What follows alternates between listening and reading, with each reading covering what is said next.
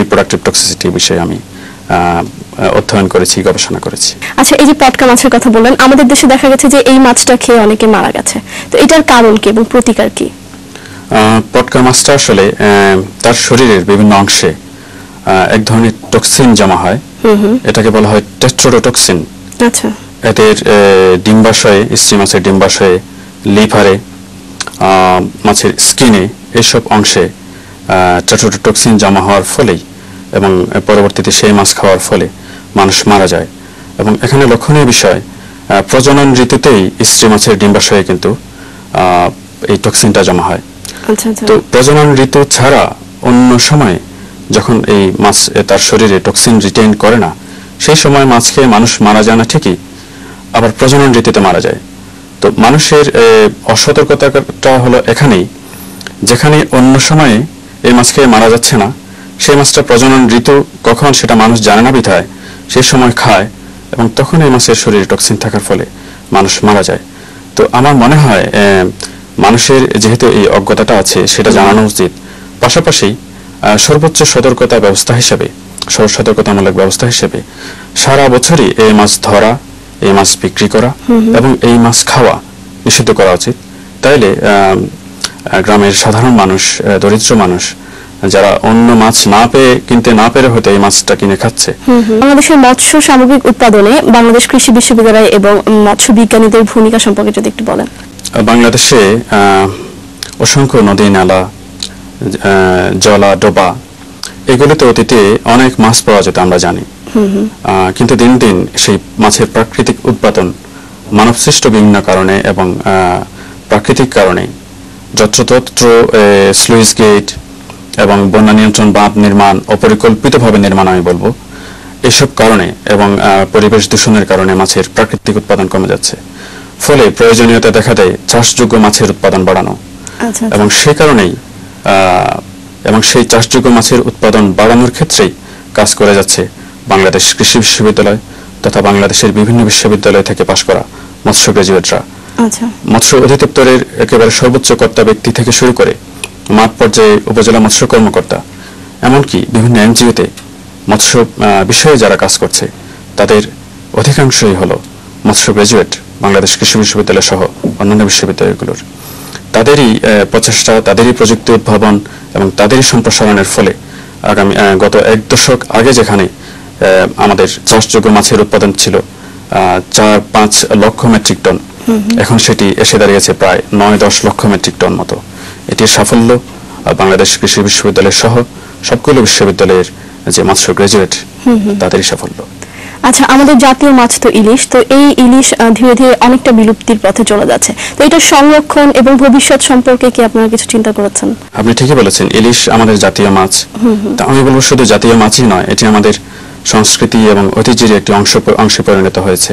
আমাদের দেশে আমাদের মাছের যে সামগ্রিক উৎপাদন, তার শতকরা 13 থেকে 14 ভাগ এই মাছের, ইলিশ মাছ থেকে আসে। অর্থাৎ একটি একক প্রজাতি হিসেবে মাছের সামগ্রিক উৎপাদনে ইলিশ মাছের অবদান সবচেয়ে বেশি। অতীতে নানা কারণে, বিশেষ করে অব্যবস্থাপনা অথবা যথাযথ ব্যবস্থাপনার অভাবের কারণে ইলিশ মাছের উৎপাদন কমে যাচ্ছিল, এবং এগুলির সাথে আমাদের জলাশয়, নদীগুলোর নাব্যতা হারানো, জলাশয় কমে যাওয়া এবং সংযোগ খালগুলোতে বাঁধ নির্মাণ, মাছের বিচরণ ক্ষেত্র কমে যাওয়া, প্রজনন ক্ষেত্র কমে যাওয়া, এগুলি মূল কারণ। তো কয়েক বছর ধরে কিছু ব্যবস্থাপনা পদ্ধতি, যেমন কারেন্ট জাল, যেগুলি ইলিশ মাছ ধরার জন্য ব্যবহার করা হয়, সেগুলি নিষিদ্ধ করা, জাটকা মাছ নিধন নিষিদ্ধ করা, প্রজনন মৌসুমে বিশেষ করে আশ্বিনের প্রথম 10 দিন ভরা প্রজনন মৌসুম যখন ইলিশের, সেই সময়টাতে ইলিশ ধরা পুরোপুরি বন্ধ করা, এবং কিছু স্যাংচুয়ারি, যেখানে মাছের অভয়ারণ্য তৈরি করা, যেখানে ইলিশের প্রজনন এবং বিচরণ ক্ষেত্র, এইসব ব্যবস্থাপনা পদ্ধতি গ্রহণ করার ফলে বর্তমানে ইলিশের উৎপাদন বৃদ্ধি পাচ্ছে। গত কয়েক বছর আমরা দেখতে পাচ্ছি, এবং বর্তমানে উৎপাদন প্রায় 3 লক্ষ মেট্রিক টন। এবং আমি মনে করি যে এই পদ্ধতিগুলো উত্তরোত্তর যদি আরো ভালোভাবে এনফোর্স করা যায়, তাহলে ইলিশের উৎপাদন আরো বাড়বে।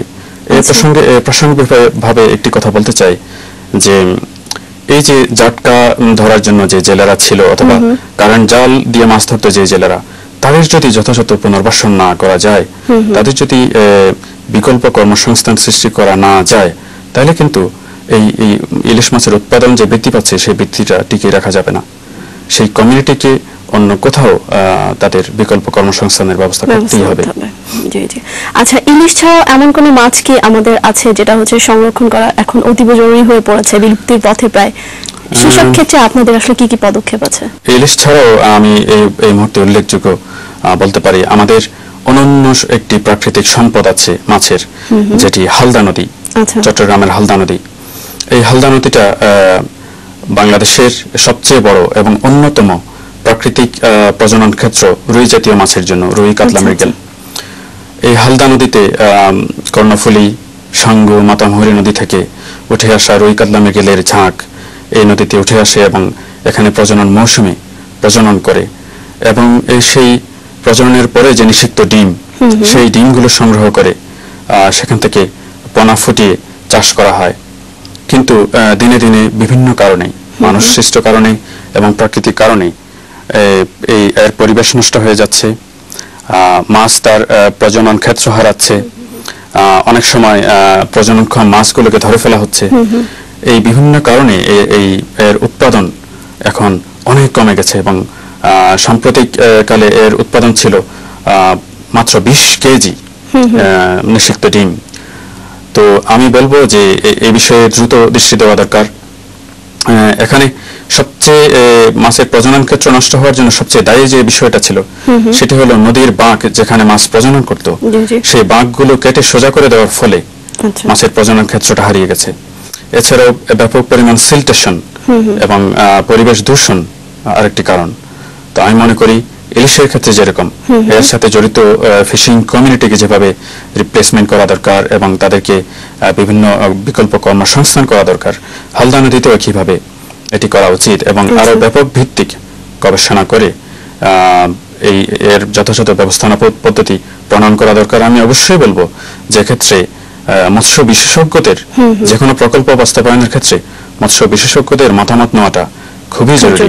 তাইলেই যথাযথ ব্যবস্থাপনা পদ্ধতি হালদা নদীতেই প্রণয়ন করা সম্ভব এবং আমাদের এই অনন্য প্রাকৃতিক সম্পদকে রক্ষা করা সম্ভব হবে। আচ্ছা, আপনার ইনস্টিটিউট নিয়ে একটু কথা বলি। যে বাংলাদেশ কৃষি বিশ্ববিদ্যালয় তো বাংলাদেশের সর্বপুরনো এবং সর্ববৃহৎ ইনস্টিটিউট।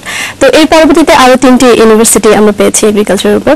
তো দেখা যায় যে স্টুডেন্টের পরিমাণ বেশি। আপনার কাছে কি মনে হয় যে এক্ষেত্রে আরো বেশি ইনস্টিটিউশন দরকার কৃষির উপর? আমার কাছে মনে হয় আপাতত বাংলাদেশে আরো বেশি কৃষি বিশ্ববিদ্যালয় প্রয়োজন নেই, বরঞ্চ বর্তমানে যে কৃষি বিশ্ববিদ্যালয়গুলো আছে সেগুলোতে আমাদের গভর্নমেন্ট থেকে সাপোর্টটা আরো বাড়ানো যদি হয়, সেটাই বরঞ্চ আমাদের জন্য উপকারী হবে বাংলাদেশের জন্য। কারণ এই ইনস্টিটিউটগুলোতে অলরেডি শিক্ষা এবং গবেষণা যথেষ্ট এস্টাবলিশড হয়েছে এবং ডেভেলপ হয়েছে, এবং এখানে যদি অল্প কিছু ইনপুট দেওয়া যায় তাহলে এই বিশ্ববিদ্যালয়গুলোকে আরো বেশি সাপোর্ট দেওয়া হবে এবং এর ফলে আরো বেশি গ্রাজুয়েট, আরো দক্ষ গ্রাজুয়েট এখান থেকে তৈরি করা সম্ভব হবে। বাংলাদেশ তো কৃষি প্রধান দেশ, তো এদেশের সার্বিক কৃষি উন্নয়নে আপনার ইউনিভার্সিটি মানে বাংলাদেশ কৃষি বিশ্ববিদ্যালয় কি ধরনের ভূমিকা রাখছে এবং আপনারা শিক্ষকরা এটাকে কিভাবে দেখছেন? আমি আগেই বলেছি যে বাংলাদেশের প্রতিকৃত কৃষি বিশ্ববিদ্যালয় হলো বাংলাদেশ কৃষি বিশ্ববিদ্যালয়। বাংলাদেশের এগ্রিকালচার, ফিশারিজ এবং লাইভস্টক সেক্টরে বিভিন্ন গবেষণা প্রতিষ্ঠানে এবং সরকারি অধিদপ্তরগুলোতে যারা কাজ করছেন তাদের অধিকাংশই বাংলাদেশ কৃষি বিশ্ববিদ্যালয়ের গ্রাজুয়েট।